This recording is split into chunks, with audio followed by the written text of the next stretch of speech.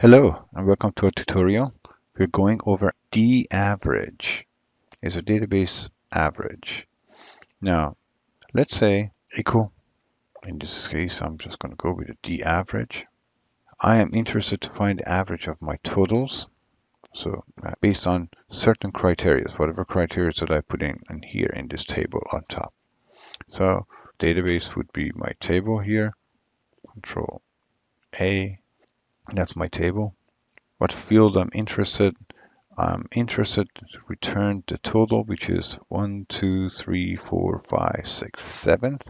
I can put 7 in here for field as a return field, or I can just use total in this case. And the criteria for that one is a range that I'm going to put an entire range here.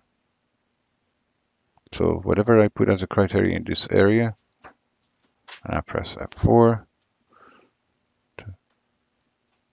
that should give me the average in here. So I said, okay. Right now, I haven't selected anything, so that's my criteria for, that's the average for everything that I have. Now let's try change our items. Let's say we put items for pencil. So automatically gets the average for pencil. So if you have the items pencil here, whatever the values for pencil that you find, you can see it's averaging it throughout our table. If I just say pencil and the region being, let's say instead of pencil, I like to have my region, which is East. That would be all the average for East.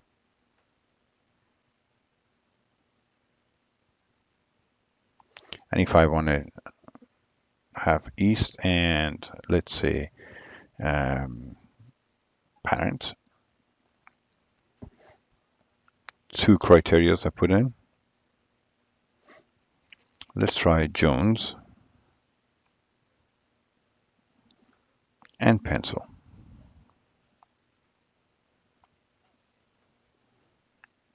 So East, Jones, and pencil. Now we get that.